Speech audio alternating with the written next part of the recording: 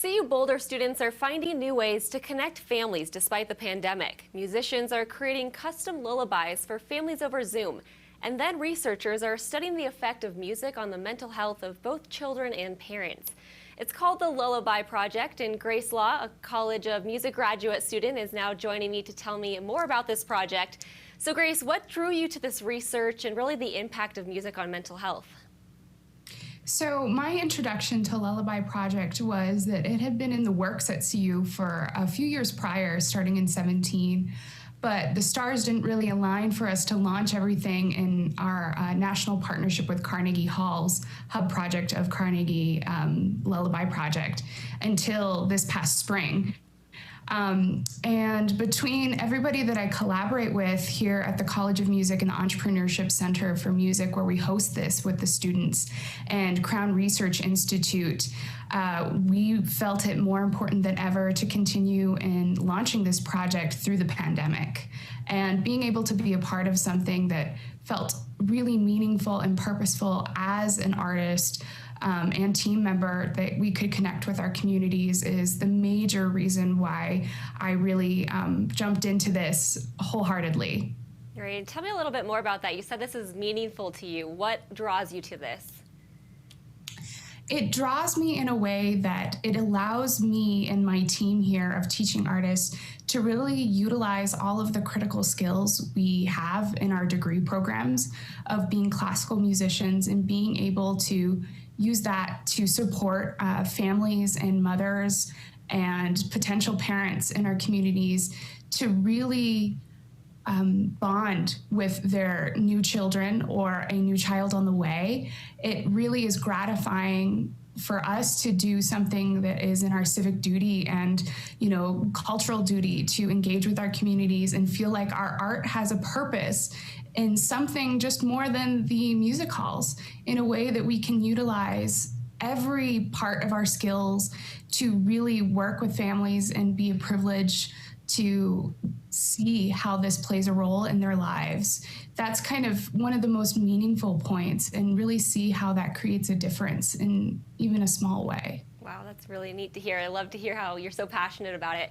So tell us a little bit about your role as a musician compared to the researchers, and how do you all work together on this project? So my role here with the Entrepreneurship Center for Music at CU Boulder is I function as the music director for the Colorado Lullaby Project, meaning that I project manage everybody and our teaching artists in tandem with Crown Institute. So I handle scheduling, training, designing how we're gonna work a session through a digital format, and making sure that we can work with our partners to function this way under research, which is a really big new concept for a lot of the students involved. It's something different that they may not have previous exposure to in the traditional curriculum, which is really exciting for everybody to kind of have that knowledge and learn more about that to expand their skill sets in that way. So I basically run our partnership 50-50 with Crown Institute to make sure we can really focus on the art set and function that within the psychology and reasoning and the aims of the research. So I kind of play that role of bridging the science language into the art language to make sure we can kind of figure out how we're going to maneuver this partnership. Wow, that's very neat. I'm excited about this question. So what goes into creating the lullaby for families? Can you kind of walk us through that creative process?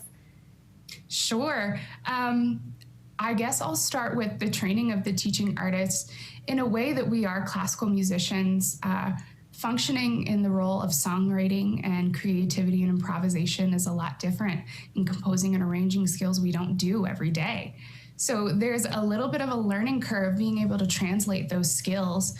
And in the process of working with parents, we have group sessions before they meet one-on-one with the teaching artist, so they can meet the team, they can meet other parents, and kind of really dive into this artistic venture together and feel like they're very supported, and we're a community where they can explore that and, share what their thoughts and feelings are and kind of their struggles as a parent, to be able to figure out how to channel that and utilize that to strengthen their relationships.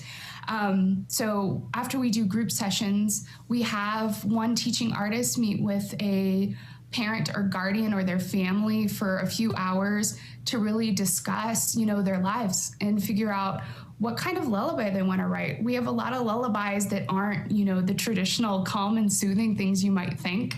We have a lot of lullabies that are just, fun, upbeat things that get, their young babies or toddlers focused, or a way for them to connect through like a frustrating moment. So once they get there and they meet for a few hours, our teaching artists then collaborate with our team to figure out how we're going to put it together. They'll have melody, they'll have some lyrics, and then we just need to kind of fill out the vision that a parent has to make it come to life in instrumentation or styles. That way we can really support them in finding exactly what their idea is. That's so neat. This is just fascinating. What do you think is next for this project, and do you see it continuing? The next step for us is actually continuing. We're pursuing this spring doing another lullaby project with Crown Institute for what we see as a long-lasting partnership. And we've turned it into a course for students to take at CU. That way we can kind of prep them, get them the knowledge, and anybody who's interested can participate, and we'll give them the skills and support them through that. That way we can continue to serve more families in our communities and kind of create this engagement that we often don't get to see in a traditional classical music scene, in the way that there's always a distance between the artist and the audience. And this gives us a way for people to be involved in music and the arts and understand how we can all work together, which we all see now is really more important than ever, to engage with empathy in all the communities we have responsibilities to. So we're continuing as a long-lasting course that will be offered in the fall and spring, and we'll continue on serving more families. That's very neat. I'm sure a lot of students will be very interested in taking this. Grace, thank you so much for joining us and sharing all of this with us today. We really appreciate it. Thank you. Thank you for having me. Of course. Well, we also spoke to a researcher about the findings from the Lullaby Project and its positive impact on families. So you can catch that interview right here on CBS in Denver. We'll be right back.